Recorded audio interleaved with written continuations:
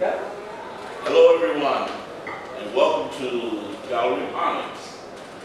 We have a special, extra special event for you today. I think it's more of a learning event than anything else, because I've discovered over time that a lot of us don't really understand this process, and I think folks can benefit from getting a little closer to it, so that we can continue to produce our best communication, which is what we do, fine art. So the reason that we're doing this is to let you know more about our 18th annual Juried exhibit. Annually, Onyx tries to do a Juried exhibit, and what that means is that we send out a call for art to our artist community, which now totals about 750 people. And from that, we will invite independent jurors to come in here and take a look at this art, rate you, I'll say score you compared to everybody else, and then render a decision. And then ultimately, from that scoring, the exhibit is selected. This year we had over 70 pieces of artwork selected, and that became our 18th annual Juried exhibit. Now, from that exhibit, after the art is delivered, then Priya and Jazz's job, I guess we haven't introduced you yet. Let me go back. Let me go back. So in the space right now, Ernest Thomas, I'm the president of Onyx Fine Arts Collective. And go ahead, Priya. Hi, I'm Priya Frank, and I'm the Director of Equity, Diversity, and Inclusion at Seattle Art Museum. And I was asked by Ernie to be a part of the jury process. This is the second year in a row. My name is Jazz Brown. I'm a practicing artist here in Seattle, and represented by J. Reinhardt Gallery here in Seattle. Pretty cool destination. Like Priya, I've been invited for the second time, second year in a row, to work with Onyx. I'm an Onyx alumni, so yeah, so it's great to be back in space. And actually, Jazz and I have known each other and worked together over many years, at least 10. Yeah. We met over at Lucid Lounge and did some work together over there over the years. So it's a real joy to get to do this together, and it always feels really special to get to be in this space as huge fans and supporters of your work and of the artists that are part of the collective. Rodney King, practicing artist from Seattle, Washington, raised in Seattle. Yeah, just gallery Onyx alone, just like everybody else. Beautiful gallery here, that showcase our community. I'm Myron Curry. I've been showing here at Onyx for, I think, almost 5 years. This has been the only gallery that I show at, aside from my own. Period. Because I've only shown at museums and so far, then some other art organization spaces. But I'm an artist, impact-based artist, and definitely a community advocate. And we have online Mr. Eddie, Dr. Eddie Reed, from online with us from Portland, Oregon. So I think what we ask our jurors in this process, we ask them to base their scores on criteria, and I'll read them to you. One is originality. It's not a copy of another work or a direct copy of our photograph. 2, craft and skill. How well does the artist handle his or her medium? 3, composition. Is it well designed, balanced, pleasing to the eye? And presentation. Is the artwork carefully assembled, clean, and neatly finished? And we ask them to score this, from 1 to 7. And based on that, we accumulate a total scoring, and each artist gets a score. I'll say it's not often that an artist does not have at least one piece in the exhibit. Because as everybody knows, art is in the eye of the beholder. The worst looking piece of art in one guy's mind and personality is the best in another. So that's the way we rock and roll. And so now I think we want to get into the details of what it was that Jazz and Priya saw when they saw this 71 or 72 piece collection of art. I think it's one thing because we see the initial pieces online and do the scoring, but to come in here and to actually see it in person, the experience is honestly like no other. The vibrancy of it all, the way in which they speak to each other, the placement of it, it's always just breathtaking when to come into this room and then get to kind of assess from there.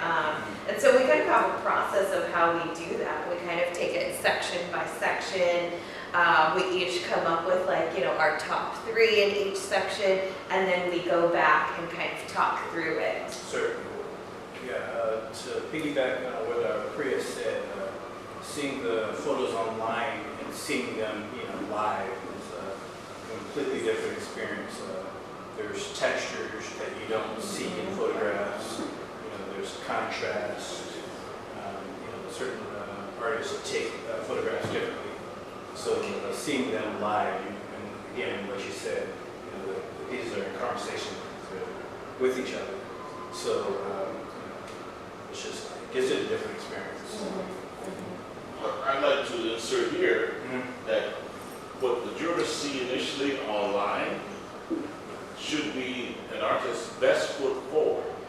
A lot of times what you see is someone who has taken a piece of art, leaned it against the couch, stood away about 20 or 30 feet, and taken a photo.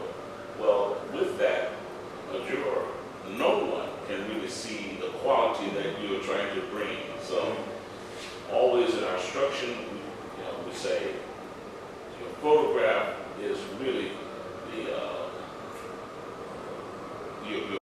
So we wanted to introduce our first place recipient for the Juried Awards show, and that is Dr. Eddie Reed, who is based in Portland, Oregon, so is joining us via Zoom.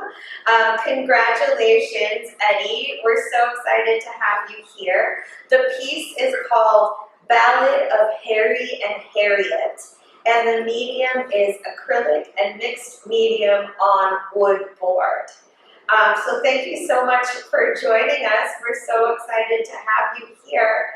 And Jess, did you want to say a few words about sort of our initial impressions of the piece? Yeah, certainly. The first thing I noticed was just the juxtaposition between the photographs and the color. I had no idea, when we got here, the labels weren't on the walls yet, so I had no idea who the artist was. So after selection, I was surprised to find out it was you, Eddie. But it's just an amazing piece. Great colors, great contrast. There's definitely a historical aspect to it, kind of juxtaposed with a modern aesthetic as well. Those two classifications renders the piece timeless. So, yeah. I think both of us were just kind of blown away. I think the mediums of it, the textures, the nod to something that feels classic, with sort of the black and white, photography pieces, but also overlaid with like what feels kind of like superhero-ish with like the POW, and the bright colors sort of overlaid. It was, I think for both of us, we were kind of blown away and really excited by the piece. Sure. So we're super excited that you submitted. Could you kind of introduce yourself, your background, and kind of, why you chose to submit this piece in particular? Sure, absolutely. Well, first of all, thank you to both of you. Thank you, Onyx Gallery, for sure. It's a privilege to be a part of it, mainly because it's a place where Black voices can definitely be heard and they are emphasized. I am a practicing artist. I actually have been professionally for quite some time. The difference being is that until I had to pay food, so I took up another job. That's true, but continued to work throughout. The difference was instead of producing, 20 plus pieces a year, I was able to focus and produce 5 or so a year, and it really didn't matter the quantity. It was all about the quality of the message. And the messaging of the work is very consistent. I've been on that message since I was in the, believe it or not, since I was in the 8th working.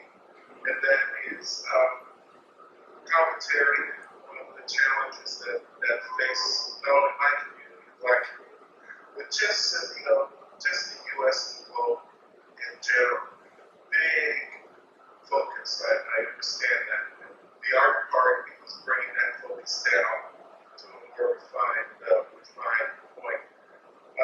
That's been the art journey. The subject matter, I focus on pretty much those 4 areas: the environment, race relations in America, the relations with the less endowed, the less unfortunate, how that plays out in a capitalist system like ours here in the U.S. So those are my general themes. And of course, finally, people who have contributed mightily to the fabric of this thing we call America. The people who strove for an equality with that, but yet somehow they got left out of the discourse. And so to bring them to light, that's also a defining point focus of my work. Harriette and Harriette were perfect examples of that. I happened to be listening to a commentary about the Florida governor, Ron DeSantis, and I don't mind saying his name, and his effort to limit information, to limit awareness of all things that have gone to contribute to this great experiment we call USA.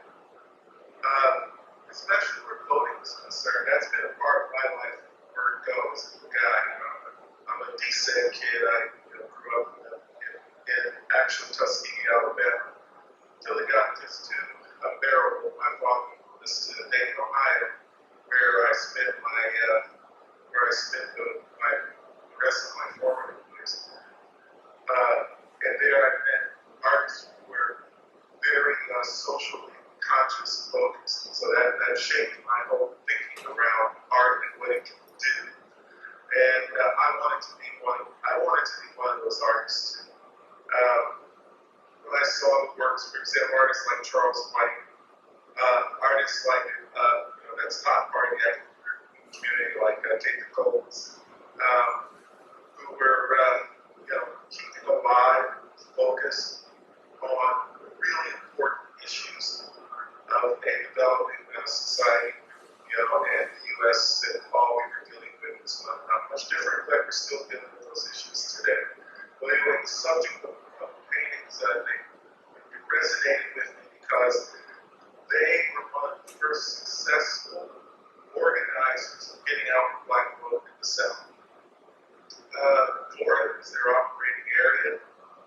They managed to, in their short lives of that role, they managed to still today hold the record for most getting out most registered voters amongst the Black community in Florida. Well, it was such a challenge that, you know, unfortunately, how the story goes, and it's quite unfortunate for them. They were murdered because of that effort. They were murdered in beds in the middle of the night.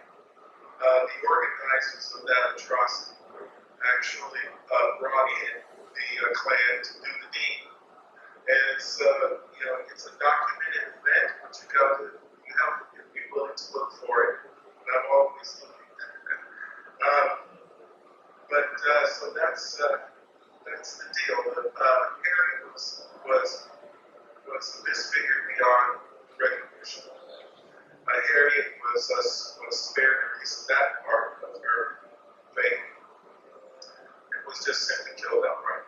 So, you know, I thought it was a very important story to bring forward to the public view. And like I said, that's what my argument is all about, is bringing forward these stories, these events, these folks who should not go ignored or should not go lost. I think that that's the responsibility of artists, particularly African American artists, to tell the story correctly and unbiasedly, and you know, to counteract the gloss, if you will. So their story was 1952. Here we are in 2023, still doing battle on issues of who has the right voice in this country, and still witnessing great efforts and time and money spent to silence those voices who the power elite feels shouldn't be heard. And we all know that this upcoming election cycle, on the federal level, really that's what's at the core of this. Whose voice gets to be heard. So that's the history behind the piece. Artistically, the challenge is creating language that makes the point, enhances the point. Because I am what you call, you know, an art label to it. I am a conceptual narrative theater. My narratives are pretty, I think everyone gets that when they see the things. But the conceptual part is, if you look closer enough, you know that I'm using vocabularies and I'm using symbols that are not a common part of our collective communication practices. Symbols in particular, power and symbology, we're getting a point across has been with us since the days of the pharaohs. So nothing new there, but new in terms of being able to bring it into modern context and fit with a modern time events. So there you have it. That's the story behind that piece. And I'm highly excited and very appreciative that an audience appreciates that. You know, I hadn't read it until a Seattle critic of my paper, but he wrote a piece about a previous show I had. He said, you know, Eddie Reed, that's how they referred to me at the time, was looking at his pieces. They're like Venus flytraps. He said, the color and the color staging, compositional design draws you in. And then as you're standing there, you realize it's too late. The message is forward and cannot be forward. So I took that as being a great compliment, actually. My family was all upset about it. I wasn't upset. I thought that was a pretty cool description. Spot on. But yeah, there you have it. Nice. So Eddie, what's your connection to Onyx? How did you find this collective? I came across the article. I'm always on the lookout for art collectives, galleries that take into account the presence of artists of color, not just there, but also women as well. And I came across this article about Onyx actually, and it described what the gallery was about, described what the organizers were attempting to do, and I thought, wow, I have galleries, I've represented Portland, I've gone to a show in Los Angeles, etc. So, but I'm always looking for genuine focuses and genuine causes, and that popped out. And my thing was, well, let me see if I can be a part of that. I think I would like to be a part of that. That is, it feels like that feels so Ernie. I know we have to let you go in a few minutes, but just one last question. How can folks find you? Do you have stuff coming up you wanted to share? How can people stay plugged in? Oh, absolutely. I'm still preparing for a pretty sizable show in Portland at the Whitefish Gallery. I'm an artist in that group, that gallery. Whitefish Gallery is one of those old online galleries that's been around for 45 years. And interestingly enough, I'm the only artist of color in the collection. Wow. But yet the conversations, oddly enough, always seems to turn towards equity. We need to emphasize equity, and I always point out, you have 49 years to do that, so let's take it slow. Yeah. I'm tolerating that, but the work is there, and it's received. It has received a lot of focus, a lot of attention. Like I said, I'm off to Los Angeles. I recently got into this was an international jury event. Sometimes you just gotta, find your ways. But this one was too intriguing to pass up because of the scope of it. We had over, according to the organizers, when they sent me my congratulations letter, they had over 2,000 applications to consider. And they only chose 125. Wow. So I was pretty excited about that. Congratulations. Yeah, the work has, and as I said, my focus hasn't changed. It hasn't changed since I was in the 8th grade. My family, we were all about those lines of protest, for civil rights, human rights, voting rights in particular. So they resonated with what I've been attempting to do. That's get the message across, call it what it may. Whether you think if you think I'm tricking you into it, I don't think so. But I do know humors, and I do know casual humors, and I do know art humors. Most of them are not critics or museum affiliates or whatever. They're people that come in to see what is this thing we call art. And for the most part, you're expecting a decorative kind of approach. Not that I pander to the group, but that's just what it is. And I try not to allow that to intrude into the genuineness of what I'm putting out, what I'm producing. I don't give a thought to what the audience, what they might want or think. No, they're gonna go big. They're just gonna have to stand there and take it. That's no. But I don't want them to have an excuse for bugging out either. And so, so that's the long answer to a very good question.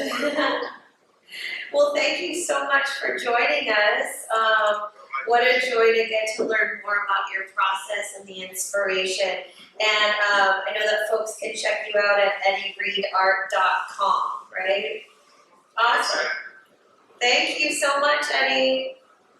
Yeah, my pleasure. And thank you again, Ernie. But Second, thanks for holding the flame, man. I really appreciate that. Awesome. Take care. All right.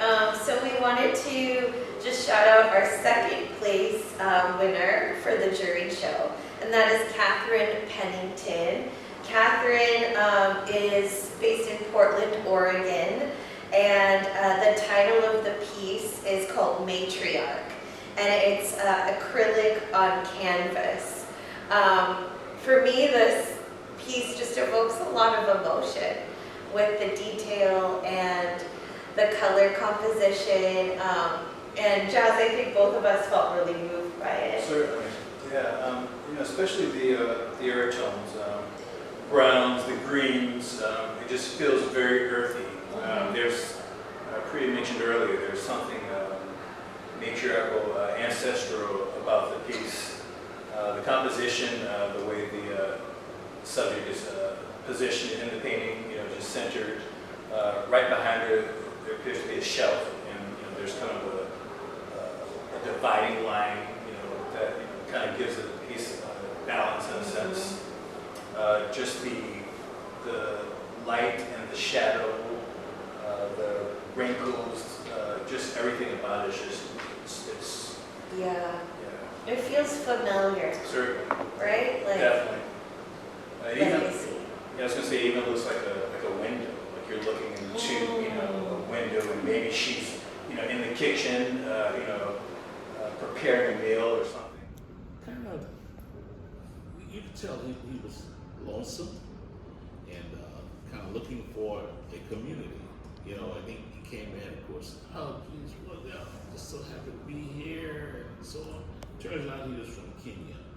He was a flight attendant for a long time, and it was a long process to get him from Kenya to here. Part of it had to do with COVID being put in a position where he could not get back home. Well, ultimately, he decides that he wants to not go back to Kenya, but try to go to another country, so he came here. So we're in here talking about stuff, listening to his stories and so on. He said, yeah, I'm from Kenya, and I really, and he said, I have a therapist. So when somebody makes that statement, my ears kind of perk up. So, what could be happening here? My mother's sick, and I can't go home when I really want to feel and let her feel my presence and me feel her presence. So he says, let me show you a photo of my grandmother. He pulls it out. Looked very much like Catherine's piece. Oh. The head wrap was almost exactly the same. The age of this grandmother was very, very close, and the way she was dressed was very similar. And he almost cried, So he's not an artist yet, but he's a friend, and definitely will be back. Did you tell her? Did I tell The artist? Katherine? Not yet. You should. I feel like it's overwhelming. Like, I've seen people cry, and I'll you'd be like, are you okay? Like, when cry, happy cry, but sometimes when you don't, and you're like, oh, but they explain it, like, it's really, again, human connection, the impact, the emotion, like, all that, be that heavy, that it would come out like that, is, it's very, touching. Yes, it is. Yes, it is. So, Katherine, we're so excited that you submitted and that we were able to, just honor this piece. Definitely. Third place, an honorable mention, and those artists are here with us, so we're super excited to be able to chat with y'all in person. Our third place winner is Myron Curry with the piece Howlin', and that is acrylic on canvas. Myron, thank you so much for being here. And honorable mention, we have Rodney King with the piece Sunday Service. And that is acrylic on canvas as well. So thank you both so much for being here. What a joy to have you in the Onyx house. Myron, we'll start with you, but we kind of wanted to just have like a little bit of a back and forth convo of like what resonates on each other and your experiences as artists here in the Northwest and Onyx's influence and on you both. So could you introduce yourself, Myron, and the kind of medium your art represents? Yeah, my name is Myron Curry, as you mentioned, and I have a company or gallery, M. Curry Designs. I feel like I mentioned earlier, like most of my artwork somehow always resonates like with my upbringing, like with my grandpa, and it always has a emotion to it, right? So it's honestly, like I was saying also earlier, it's one time in my life where I don't have to think. I don't think about the contrast or this color or how all of this stuff that people can describe in the piece, which honestly I feel like I'm the artist. I just create it and then let everyone else talk about it and say all that stuff, right? Because then I don't want to tell people what to think or what to feel. I just want you to feel something. Yeah. You know what I mean? And honestly, after hearing Eddie, I feel like everybody has their position, right? And mine is more of the resiliency of Black folks, and of my family and of my culture and my community. I just don't ever put myself in a position or us in a position to feel like we're victims, because of how strong we are. I just seen it in real life, in my family, in my community, how resilient we are, how strong we are, how all the things that we've been through, that we make it, we fight for what we need and what we want to happen, right? And that's an everyday thing, that's life. And that's what makes us so strong. And us to be able to celebrate during those times and through all that, like watching that, and people, like Mike said, my grandpa's 92. So watching the work he's done, or a lot of the people and the musicians that I paint, he's met personally or played with personally. So, I feel like a lot of people, if they just listen to the music, they wouldn't think, oh, this person was in the military, or this person went through, racial hardships, or seen hangings, and, maybe damn near died when they were a kid, or, all these things, because they just see the music, right? But a lot of times there's a lot of soul within that music, and that's their art, that's their craft, and it's impacted me. So my main thing is to just have an impact with my art, and through the years I started to realize that and coin my art as impact-based art. So as a lot of you know, I do large-scale murals too, which just gives me a larger impact and a larger ability to reach more people, and for more people to have the art. Because I don't need it. That's how I ended up here. So I have all this artwork, all this stuff in everybody's house. Yeah, great color choices.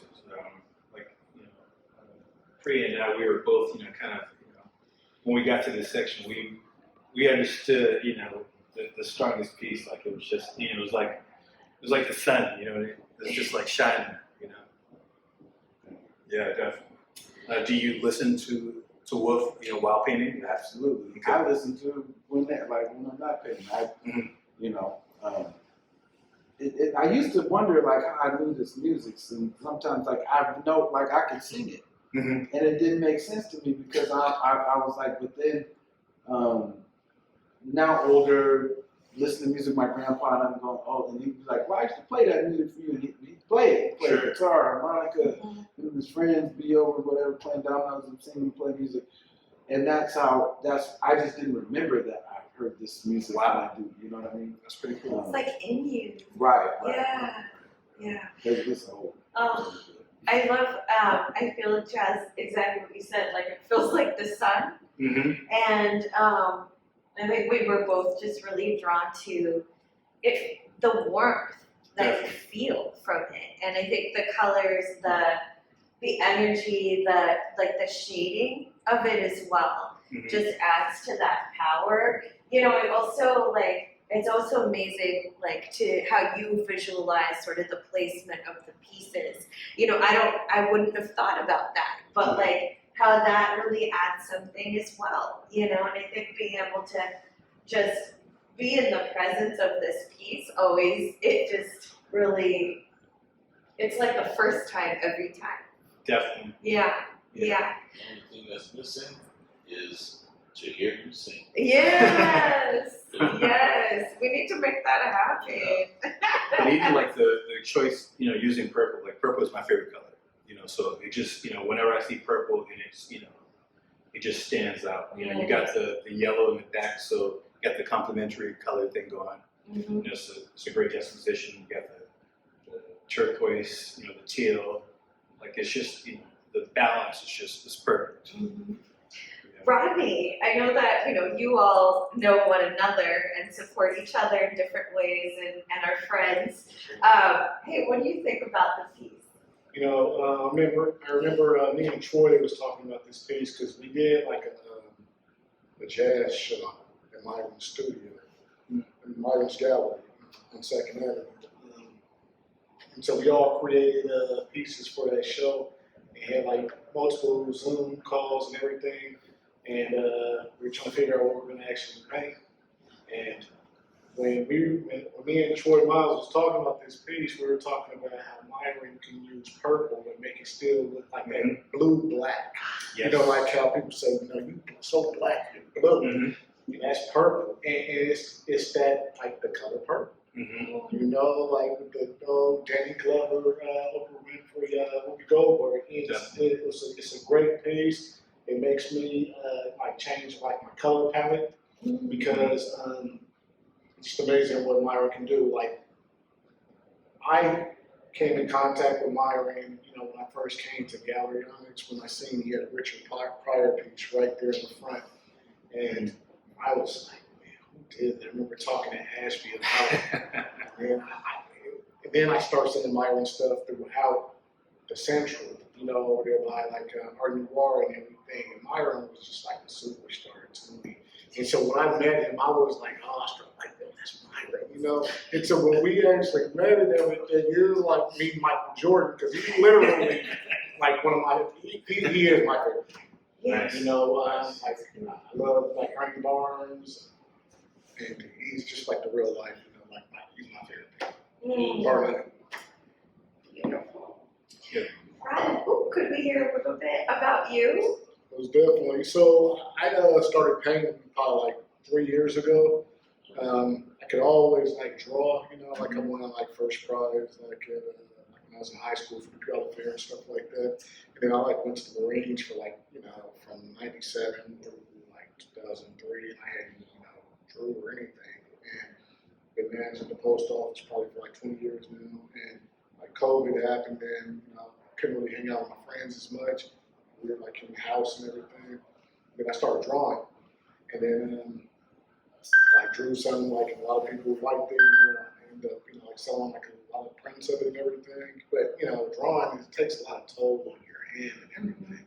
And so I got tired of doing that. So my wife was like, "You ever painting?" I was like, "Nah, it's gotta be drawing." So literally just started painting. And then I had a friend, one of my neighbors. He actually knew, I believe, Robert Gordon. He said, "Hey, you need to meet my friend Robert. He's at the studio downtown called Gallery Onyx. I think you should go down there and see if you can get your stuff submitted there." And so I literally just came in on a Saturday. Robert happened to be working because, you know, they volunteered, so it was different times and everything. And then I was like, yeah, you know, I'm interested in getting some stuff in here. And then he introduced me to Ashby and Ernie. And then I followed up for the next submission, brought 2 pieces. And as soon as I brought some to that show, I sold some. And then the next show, I sold some. The next show, I sold some. The next show, I sold both of the things I brought. And I was like, man, that's the spot. spot. Yes. And then it opened me up to different galleries that I've been at, you know, downtown, because I had a solo show at Juried. I had a group show at a base camp where Gallery Onyx used to be. I've been at Art Noir. I've been at, you know, Slip. And yeah, it's been pretty good. You know, this summer was real good. Me and Myron want to get some group shows together, you know, multiple group shows this summer. And so, yes, it all started here, though. You know, it all started here at Gallery Onyx. So I appreciate the opportunity that you guys have given us. That blows my mind that you've only been painting for 3 years. Whoa. It's incredible. It makes sense though. Like I remember, I'm always super humble, but I remember when I met Rodney, but when I started seeing him everywhere, and he was just put everywhere. And I was just like, man, he's out there. You know what I mean? And I love that. Like, I just love, you know, pushing the line and you know, being out there, go out, you know. And to me, I never attacked it like that. Like, you know what I mean? Because I just didn't feel comfortable, right? And there's all these places, and you know, maybe it was just me, you know, being incarcerated for so long and stuff like that. But I felt like, man, I was really inspired. Like he really liked all the stuff this summer was been because of him. Like I was like, man, I'm going out there with you. Come on, like because he was like, man, you should do it. And I was like, okay. Like he inspired me to do. Like I never did vending too much, period, at all. Like I wasn't even. No, it was just I'm not doing it. You know, but it became fun and a community thing with him, you know what I mean? And then like in our neighborhoods and stuff, and then you venture out a little bit other neighborhoods, and then you know what I mean? Because at least you got somebody that you know, you know what I mean? And that has really dope art, and like his art always really conjures up emotion and lights on it. Like I feel like I'm working for the 90-year-olds. You know what I mean? Like it's rare that I get to paint because I'd be like, who's gonna really relate to this? But there is an audience, you know, for everything. You know what I mean? But definitely Rodney's work touches me, you know, personally. You know. Speaking of which, this piece, I mean, I think exactly like the emotion of the piece. Yeah. It just really, there's something about, the vibrancy, but also the emotion of it. And now that I'm like looking at it again, and the placement next to Katherine's, actually, there's something about that. Yeah, it's a great It's juxtaposition. really powerful together because they both feel spiritual in different ways. Jazz, you want to talk a little bit more about the piece? What we love? Yeah, for sure. You know, when I first saw it, man, the first thing I thought of was Jacob Lawrence. Yes. Yeah, and I told Priya that. Like, there's a very grounded, you know, just, you know, when you see a Jacob Lawrence painting, like it's obviously telling a story, and you know, you see the story, you know, off top. You know what I mean? Like you don't have to have a, you know, I don't even know the title off the top of my head, but you know, the title shines, you know, through the painting. You know, there's a stained glass, you know, appeal to it. You know, mosaic in a sense. My work is geometric as well, so like, you know, it's just striking your use of black, you know, as, you know, kind of you know, I use black more or less as a grounding effect. Yes, like, you know, because all those colors can, you know, you put too many colors together, they just, you know, it jumbles. But the black, you know, just kind of, so it, you know, kind of grounds it. You know, it's the graphic of the piece. Yes, sir. Yeah, just a great piece. Again, you know, it's telling a story, and it's obvious. Yeah, this piece, like, it came to me because initially I was going to call it Revelation 1901, because the centerpiece is, like, call her like my sister. Her name is Danielle Clayton. She recently passed away, probably like 2 or 3 months ago.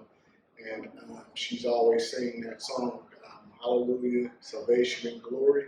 And it always would just give me chills. And so as I'm at her funeral, the choir, you know, was singing, and the only thing was missing was her. And so I literally put her in the middle of it with all white. because she had got her wings, and just like a real sentimental piece. It meant so much to me. It was like a tribute to her and her life. I played around with it. I initially had like the crowd that was sitting in front of me when I took like a photo with that black edge, but then kind of wanted to just make it as simple as possible. So I just kept the one woman that was standing, to the side. Right. And added, like stained glass at the top because, that's how like a lot of my pieces have been moving toward recently. People always say like they had the church stained glass, and that one actually fit the most because it was actually in the church. And so. Reminds me of the church I grew up in Texas. It's one of the things where my mom was the choir director for over 40 years. And so I got to know the choir real good. So that's that choir. Yes. Off to the right was a piano and organ. Yes. And the lady standing to the left, she is the usher. They're ready to take care of any problem. So very, very familiar to me. Yeah. I can hear him singing now. I just want to reiterate again. It really like I can relate to that. Like when I was a kid, I'll make it quick. But I went to a Catholic school for a little while, and you go to Catholic church. There's a lot of different kinds of church, and it's different. I'm just say that.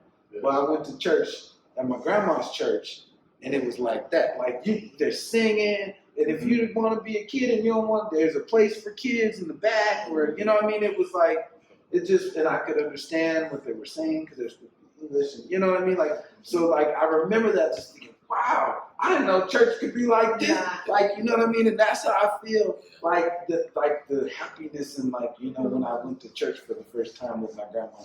That's what that reminds me of. It's like giving you goosebumps. Yeah, it's a very transcendental piece. Yeah. How did you choose what you wanted to submit, and why at Onyx specifically? You've touched on that a little bit, but also with Myron in your bio, you actually literally shout out that Gallery Onyx was the first gallery that you've sort of been at or experienced, and why these pieces, why now? I mean, you actually, Rodney, have multiple pieces in this show, right? Yes. And so just reflecting on why you chose what you did, and even just the difference between the pieces, because I wouldn't have necessarily known that they were both from you. Oh, yeah. Right? Yeah, that's like an older piece, and if I would have known Myron was going to bring a piece from the show that we had exhibited, I would have brought this other piece. I really love this Betsy Smith piece that I made for the jazz show that I really wanted to put in here. But this was like a Aretha Franklin piece I had did because I was watching the movie was called Amazing Grace. I really love Aretha Franklin, and so I remember we were coming back from Florida from being to Disney World a couple of years ago. And Spike Lee had, found some archives of that recording session that I think it was Sidney Pollack was supposed to make a documentary, but it never came out. And so he had got all the footage and he put out the documentary of that movie. And so if you ever see the movie or if you ever got the Amazing Grace album, that's the outfits that they had on. They had the California Southern Choir, and then Aretha was there. And then so it's back when I used to be real heavy stroke with it and everything, and real thick texture. And so I did that piece, and I took the painting that they had at the church, which is a picture of a black Jesus, and I did that first, and just overlapped everything on top of it. So yeah, that was probably 3 years ago, and so that's kind of where I evolved to. So yeah, you really couldn't tell. It's totally different styles, but they both sing. So I appreciate that. See, that's cool. I love that. See, and that's something cool I feel like I learned from the artists that I'm actually around and are friends with. is they always surprise me with styles before, and I'm like, I didn't know you did that. You did that too? Yeah. Like, really? And you're like, wow, like, you know what I mean? Or like, I think somebody put their name on the wrong print. That's not it. That's not their work. And you find out, oh, I didn't know they did that work. That's really cool. I can't remember how we found out that, you know, that both were his. I can't remember. Yeah, I think after we had done all the judging, I think Ernie was like, you know, it's the Yeah. same artist. Yeah, yeah. And yeah. we were like, what? Wow. Yeah, that's right.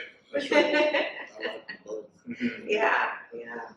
Myron, what about you? How did you choose this piece and why Onyx? And, you know, why do you gravitate towards this place? Well, I definitely like I said, I'm previously incarcerated, so when I first came home, I went to like the Fry, and I tried to do like art walk. I just didn't feel comfortable nowhere. You know what I mean? I felt out of place. I didn't feel comfortable. I didn't stay. I didn't feel like I could communicate with anybody. But when I came here, like I felt at home. Like literally, you know, I just felt at home. They made me feel comfortable. I was, you know, I'm always transparent by nature, by character. But I didn't feel like I had to hold anything back. I was able to just tell my story and, you know, whatever. And I felt not only comfortable, but kind of like overjoyed that regardless of, I didn't even say I did art. I was just here, just talking. And then my friend was like, oh, he does art, you know, and they were like, why didn't you say that? Like, what did you, like, you know what I mean? And it was like, you know, like, I just wanted to see if, you know, if I could feel the connection first before we, you know, because other places I didn't tell them I did art. I could have been there buying something, so I don't know. But it just wasn't, you know, I just didn't feel it. And so that was number one. And, you know, this has been my home since then. Like I said, I haven't ever showed at any other galleries outside of my own. You know, I've showed at different organizations and museums, but I've never showed at an art gallery outside of my own or Onyx. And not by intention, because they always tell me, you need to go out and get out and go see some other people, go, you know, and I try, you know, but I'm, you know, I'm busy and I'm comfortable here. And I let my art take me where it's going to take me, you know. So it was a no-brainer to participate. I participated in everything that's going on. If I'm not, it's because I'm sick or, you know, my grandpa's sick. That's the only way.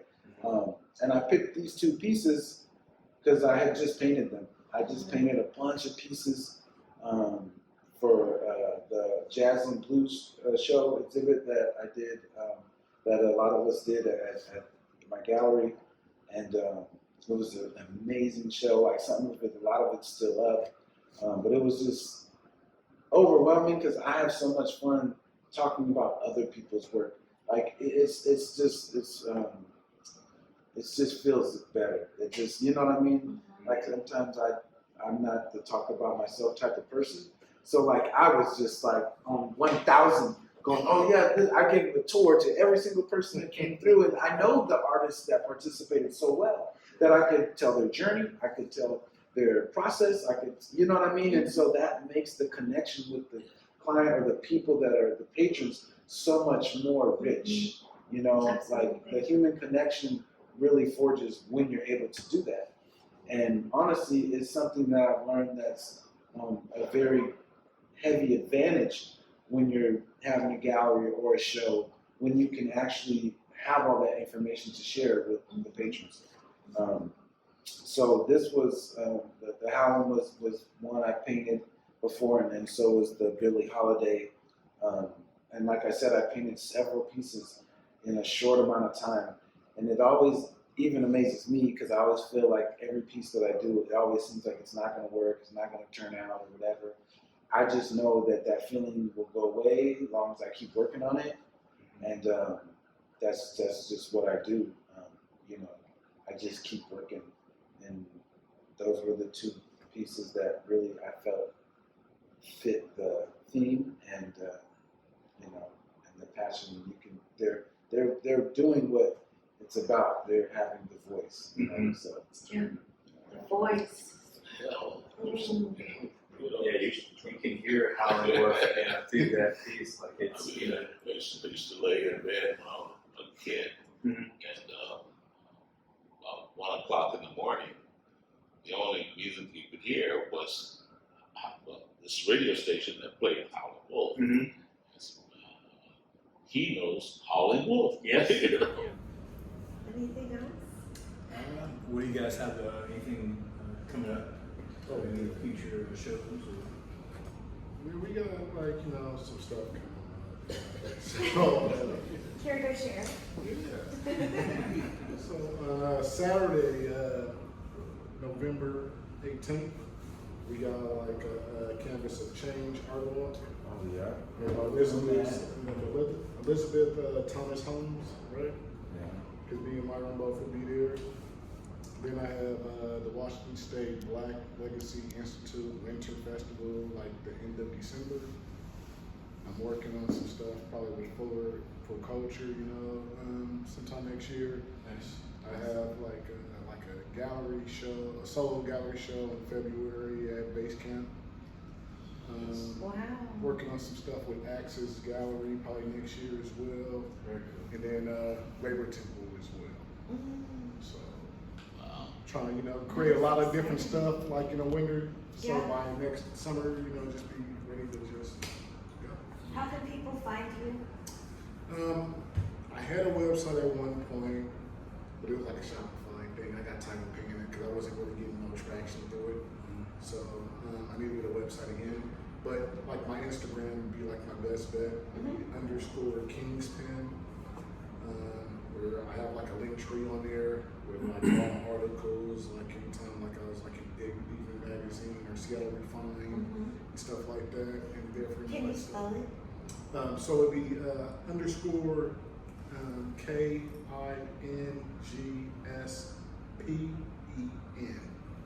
on Instagram, and then you'll be able to connect with all my other stuff on there. So, yeah. So exciting. Thank you. Myron, what are you up to? Man, I'm following him. I'm following Rodney wherever he goes. Like, I'm trying to keep up. I feel old.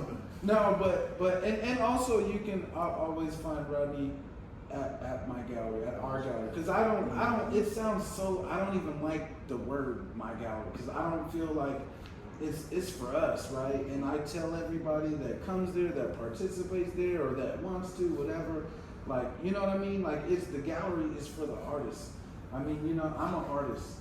You know what I mean? And I mean, I want to just look at my stuff all day. So, you know, I literally make sure, like, I let people know. I make business cards for other artists that have the gallery address on it so that people can know that if you can't find him, you can come down here and we gonna call him and make sure he come down here and y'all can talk. You can, you know, buy something, you want to hang out or learn more about his process, whatever it is. And other artists too that, you know, come through and participate. But that's a priority for me. Because I have the space and I want it to be able to be a home, you know, like Onyx has presented for us. And I know how that feels, and I want to be able to provide or help participate in providing something like that for artists too. I think that's really powerful, and it just shows the legacy of what so many of us get when we come here to this space and are surrounded by so many established and upcoming artists, and look at, you know, the seeds that you've planted here.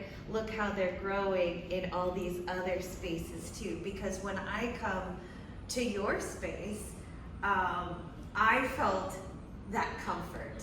I felt welcomed. I felt safe, just as I have here. But the don't have no red chairs. Not yet, not yet. Hey, when I get older, when I grow up, this is red chairs. So I think that's really, what is the name of the gallery and how can folks find it? It's in Curry Designs Gallery. It's on 2nd Avenue between Marion and Columbia, right across from the Metropolitan Grill, downtown Seattle. And I also got a website mcurrydesigns.com and you know, IG, all YouTubes and TikToks and all this stuff, but it's all the same, M.Curry Designs. So try to make it easy. Yeah, I just try to provide that. I just want to be able to, enjoy everything, you know what I mean? And like I said, I'm following Rodney. Like it's fun it's like, where you going? I want to go, like, you know what I mean? But like we're having a show, and it's actually an artist pick exhibit, meaning that the artists get to choose their best two pieces, that whatever they want, whatever they feel like their best two pieces is. I wanted to, I as an artist would like to be able to pick whatever piece I thought was my best pieces outside of the theme. And I felt like I'm sure that other artists would like to do that too. And so I said, well, what best time of that? This is Christmas, Thanksgiving, happy to just be an artist, and have support. So we're doing that. I think the dates are, we're doing 2 weekends this time. So instead of, usually I just do 1 weekend for a pop-up, but this time I'm doing 2 weekends so that we can facilitate the downtown art walk and facilitate the Pioneer Square art walk. And it will be November 25th through the 26th. And then that's 1 weekend, then the following weekend, which will be December 7th through the 10th. And it was a little extra day because Thursday, because I think Pioneer Square art walk is on Thursday. And it allows them to do, like, bring not just their artwork, but if you have other creative things that you're making and you want to do vending or whatever, we have a little space to do that, and yeah. Awesome. Any last words, Jazz? I just, I've never met either of you, so it's great to meet you. I've seen your work, just circulating around the city, so it's great to put a name with a face. Mm-hmm. Definitely. Jess, what are you working on? Yeah. I have a solo show coming in January. Yeah, with J. Reinhardt Gallery. Okay. So my work is essentially about usually it's about the interconnectedness of everything. So I call the work cosmic decomposition. So it's more or less about just dissolving, false narratives, getting down to the nitty-gritty. Okay. So the tentative name for the show is The Calm Before the Song. So I'm using song as a metaphor for form. Okay. And the calm is representing the formless, the non-physical, the spirit. So this piece is, or this show, is going to be primarily black and white. Yeah. So my work is usually, very vibrant, very colorful, but I'm sticking with black and white, except for one piece. It's going to be like a centerpiece, and it's going to just be a vibrant, just like all this black and white, and then this one centerpiece that's just this beam of color. That's exciting. Yeah. That feels new from like other work that I've seen from you, which usually has pretty like bright or colors and that kind of thing. So that sounds really exciting. So in saying that, I'm using black and white. White, is essentially the sum of all colors. Mm-hmm. So that's the theme, using white as a metaphor again for form, for the interconnectedness of everything. Mm-hmm. So all the colors are, combined, create the white, and then the black is, the stillness, the void, and the calm. Okay. So, How can people stay in the know? you can. I don't have a website. Uh-huh. I'm not a website guy. I'm not gonna. Where can they? Yeah. So yeah. So J. Reinhardt? Yeah. So either through Or jreinhardt.com or visiting the gallery downtown on 3rd Avenue. Great. 3rd and Main, I believe. And you can find my work at Being Jazz Brown on Instagram. Being Jazz Brown. Mhm. Awesome. Oh, what a joy.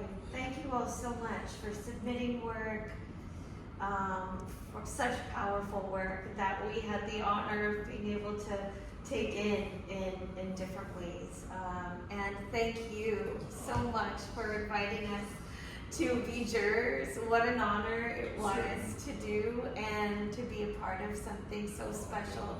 And thank you for providing a space that provides so much to so many of us. And it is about the art, but it's also about so many other things. Tools for, connection and community and collaboration and getting to just geek out about this stuff too, And what you planted here, it's multiplied in so many ways that we see and so many ways that we don't. So thank you so much. I love you.